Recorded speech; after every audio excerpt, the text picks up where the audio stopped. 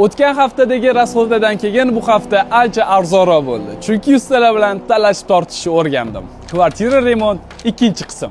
Mana, oyimni Instagramdan blog qilganimga ham 2 hafta bo'libdi. Bilsanglar, oyimni orzusidagi uyni remont qilyapman. Endi suvoq etapiga yetib keldik.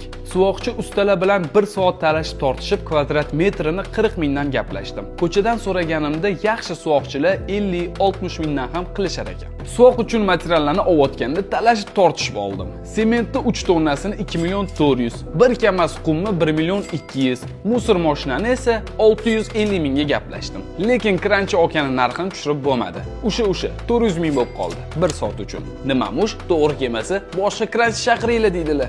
Remontda rodbinni ishlatishi yaxshi deyishdi.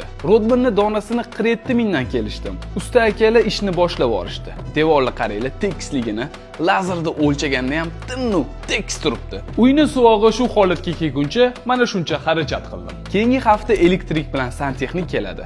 Ularga ko'pchilik belli baqvat qilib turing aka deb maslahat berishdi. O'zi yaxshi santexnik bilan elektrikning narxi qancha? Kommentariyaga yozib ketinglar.